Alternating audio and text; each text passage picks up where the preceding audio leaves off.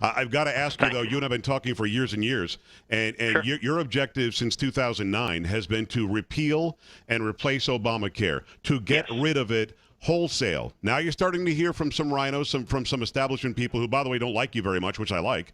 I hadn't noticed that, Pat.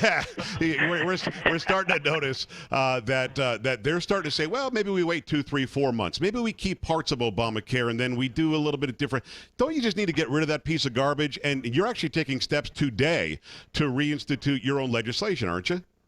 That is exactly right. I think what we need to do is repeal every single word of Obamacare.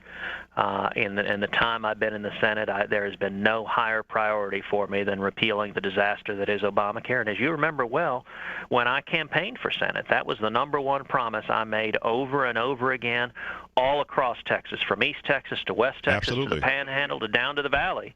I said, if you elect me, I'll fight with every breath in my body to repeal the train wreck that is Obamacare.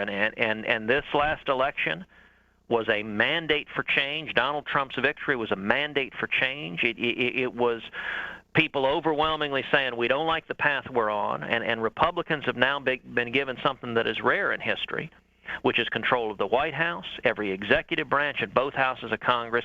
I think it's critical that we deliver on our promises. You're right, I introduced again legislation that I've introduced in every Congress, which is legislation to repeal every word of Obamacare. And what I'm urging my colleagues is, listen, we need to keep our words now. We need to do what we promised, repeal it in its entirety, and then we need to turn around and pass common sense health care reform that empowers patients, that expands choice, that reduces prices, that expands availability, and that puts you in charge of your health care with your doctor instead of putting the government in the middle of it. And that can be done without piecemealing what we have now, right? Just do it. Get rid of it and then do it, start all over, and it's not going to take months, is it?